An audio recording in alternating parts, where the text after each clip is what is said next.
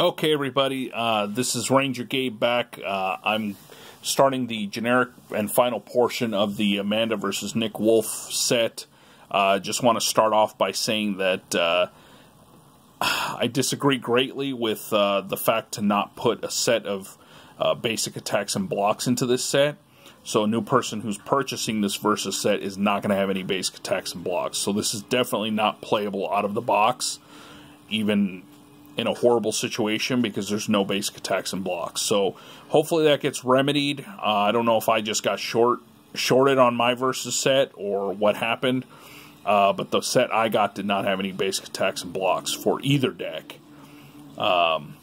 Preferably you'd have 9 basic attacks, 6 basic blocks for each persona, so that all said and done you would have enough to at least kind of open the deck up and play against each other. Okay, so getting past that, off my soapbox, first card in the generics in here is this Dirty Trick. Stop hit. I don't know if that has some kind of mechanic built into it, but okay, it says stop hit. If this attack is successful, your opponent must discard 10 cards from the top of their endurance, and they are prone. Oh, wow, that's not fun. Dodges will not avoid multiple dirty tricks played this turn. Why? Is all I can ask? I mean, it's a middle center, so it's not that hard to defend, but it's a dirty trick, so the rule book says that any dirty trick cannot be blocked. Or it cannot be, yeah, it cannot be blocked. So you're pretty much forced to dodge this thing, because otherwise you're going to discard 10 cards from the top of your endurance, and then you're prone? That just seems way too overpowered. But okay, that's the only graded card out of the generics in this whole set. Yeah, disappointing. I mean, it's a powerful card, especially if you're playing a Dirty Trick deck, but I guess I tried to put a little bit of something for everybody. Here's Edge Mortal Ally, Simon Clark. Playing conjunction with an ally, you may have multiple copies of this same named ally in play. You may have multiple Simon Clark in play. So basically these 3 cards here are just designed for you to be able to have multiple allies in play of other types that you want in play. So this can get really broken. Especially if you're Duncan MacLeod, who has tons of allies. You have few key powerful ones like Connor, or Darius, or Mythos, or even Richie for that matter, the mortal ally Richie. You could start playing these with those and have multiple copies in play, just in case you need something to counteract, or if you have 2 or 3 copies of an ally, you drew them all in your opening hand, you can now put them all into play and they don't choke up your hand. So I guess this kind of helps ally decks, although it can get very gross with characters like Kirdwin, whose allies do very awesome, powerful things. But we'll see how that goes. Next we'll move on to the objects in this set. So the first one is the Cameo Brooch. One attack you play this turn may be played hidden. So it just sits on the table, and you get a free hidden attack every turn. That's going to be awesome for characters like Zachary Blaine or the Sorcerer Nakano that already have a lot of resources devoted to making hidden attacks. This will allow them to just have a hidden attack every turn. So it's kind of nice, but it kind of makes those characters a little obsolete. And this is a generic card, so anybody can use it. Can you imagine unblockable, undodgeable attacks, and now they can be hidden every turn just because you have that object in play? That's gross. Or think about Sly and Quince. If he's not playing with the Great Sword, he can have that in play and be making a hidden power blow every single turn. Gross. The other object is a knife. If it's working the way it reads, it's pretty disgusting. Object, trigger, your opponent takes 1 damage. So basically this can just sit on the table and it's 1 damage cheese that your opponent takes every single turn. You pretty much just trigger it, or I don't know if trigger means you discard it to cause 1 damage to your opponent. If it's a discard to cause 1 damage, that'd be better. But the way it's worded, it just sounds like they just take 1 damage every turn. So that's disgusting, overpowered. I don't think it belongs in the game, but okay, whatever. I don't design the game. Now we're going to do the situations. First, we'll start with Basil, the immortal. I believe he was a fence in the TV series. Objects removed from play are instead removed from the game. Yeah, I disagree with that text on that. Honestly, the way Basil worked in the show was he kind of fenced a lot of the stuff that Amanda wanted to get rid of, hot items, in exchange for money or any other underworld figure. But they got some kind of profit back from it. So this kind of seems worthless. It's not like, I don't know, it doesn't make sense. I think a better text for this card would have been, whenever an object's removed from play, you may draw a card. Something like that, something that benefits you. But, okay. Denise Grady. I don't even remember her from the series. She was that unmemorable. Caption: when this card enters play, you may place any number of locations from your hand under this card. You may play cards from under this card as if from your hand. This card cannot be removed from play. Okay, so this is kind of nice if you're playing with multiple locations, or if you're just trying to get rid of your opponent's locations. It'll definitely make location decks run a little bit smoother. And it actually makes sense in this Versus deck, because for some reason they put a lot of locations in this set.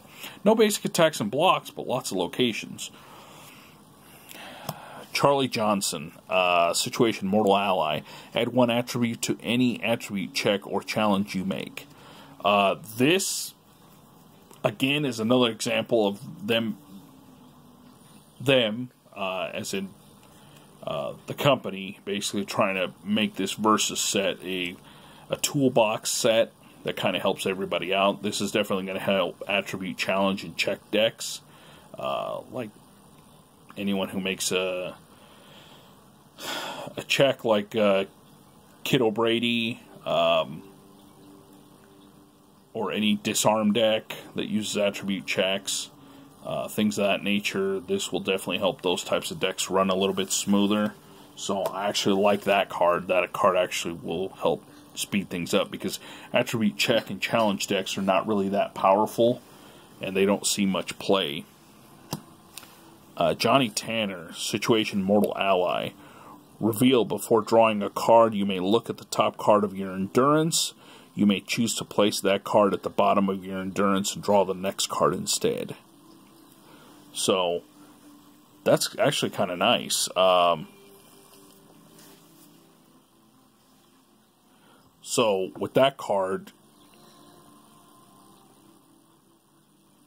if you're in a situation where you're locked down and you're trying to get unlocked and you need a specific type of card, like say you need a defense because you're about to get owned by your opponent, if you have them on the table, you get to look at the first card, and if it's not the card you want or that you're searching for, you can go ahead and put it on the bottom of your endurance and draw the next card instead. So that's actually a good card for cycling.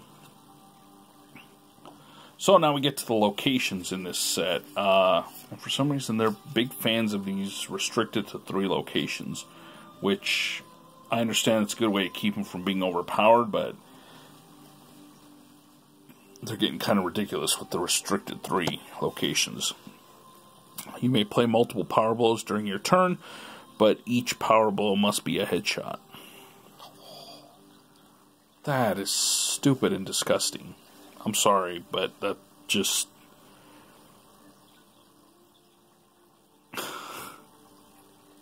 So, it's a great card, but only if you have a way of making multiple headshots, which the one multi-part plot in this Versus set does.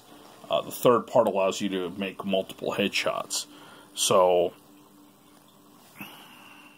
It's like it just works with that plot in this deck, and that's pretty much what that card was designed for. There are other characters like Quentin MacLeod who can make multiple power blows, but they can't get to be headshots. So I think that was a wasted location. Costume Party. Any soft exertion for an attribute check or challenge may be attempted once again if unsuccessful. This card's attribute gems do not count towards deck construction.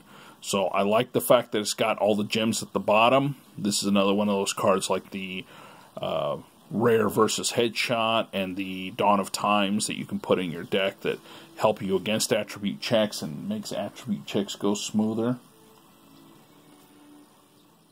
And it also has a nice ability that helps you in those situations. So that actually I like. That's a good location. That'll definitely help decks move faster. Empty Freight House. This one seems like it was tailor-made for Nick Wolfe. Dirty Trick and pistols do an additional point of damage. So now with his ability to have pistols or ranged attacks do 1 point of damage additional, this now gives it an additional one. So with his 1911 in play, his hilt, he's able to now have basic attacks that do 2 points of damage and they're ranged attacks. So that's nice. I actually don't mind that one because that'll help out also like Jacob Galati or Paul Kinman. Any character that does ranged attacks, that'll actually be nice. Or even Dirty Tricks, like Anthony Galen. That'll actually help bring him up to snuff. So that I don't mind. That's a great location. Prague, 1968. Location removed whenever a non-gridded master card is removed from play, instead removed from the game, regardless of other effects. Okay, this was a great opportunity for them to do something awesome. Anyone who plays multi-attack decks, the biggest challenge is that those stupid master blocks are out there, and they cover the entire grid, and they can just stop all of your multi-attacks that you do. So this was a great opportunity for them to finally have a card that would stop master blocks from killing your multi-attack deck. Anybody like Jin K or Kurgan with the Bloodlust or Slan with his Berserk, anybody who does multiple attacks and is hoping to get those through to hit is always stymied by that master's block. And just when they had a card that I was like, ooh, this might help. Nope. Sure enough, because it says non-gridded master card. There's too many master dodges, too many master blocks. The game is way too defensively slanted. And I've been an opponent of that for the longest time. It just drags out games and makes them slower. This still has great potential because there are a lot of master cards that can be pretty nasty out there. But I think they missed the boat. I think if they specifically would have let it affect gridded master cards, it would have been better. But, oh well. Final location, New York, 1897. Players may not play defense cards from their hand. This is actually fantastic. Based on everything you've heard me say, this actually will help offensive decks. Players may not play defense cards from their hand. Fantastic. So now both players are basically forced to exert for defenses if they want to play defense. Or they'll have to play something that will prevent or allow them to still play defense. Maybe like a bait and switch, I think, should still get around this. So it actually good card design. I actually like that. That's a fantastic card and will definitely help the offensive side. So now we get to the final cards in the set. It's the 3-part plot.